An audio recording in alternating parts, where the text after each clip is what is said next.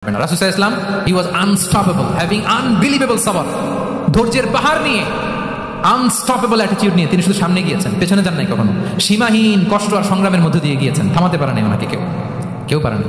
ইয়াতিম হিসেবে জন্মগ্রহণ করলেন, পৃথিবীর আলো দেখবার আগে বাবাকে হারালেন, ছোট বয়সে মাকে হারালেন, পরে দাদাকে হারালেন, এরপর চাচাকে হারালেন।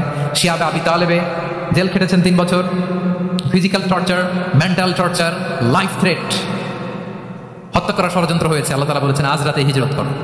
ব্ল্যাক ম্যাজিক করা হয়েছে, লাবিদ ইবনুল আহসাম ইহুদিদের মিত্র ওনাকে ব্ল্যাক ম্যাজিক করেছে।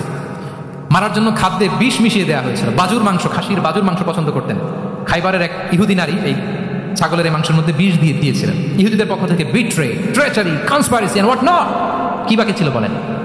ষড়যন্ত্রের এমন কোন ধরন ছিল না যেটা তারা বাকি রেখেছে। কিন্তু রাসূল সাল্লাল্লাহু আলাইহি ওয়াসাল্লাম কি থামানো গিয়েছিল? বলেন থামানো গিয়েছিল? গোটা বিশ্বব্যাপী উনি ছড়িয়ে দিয়েছিলেন লা ইলাহা মুহাম্মাদুর, so nothing can stop him.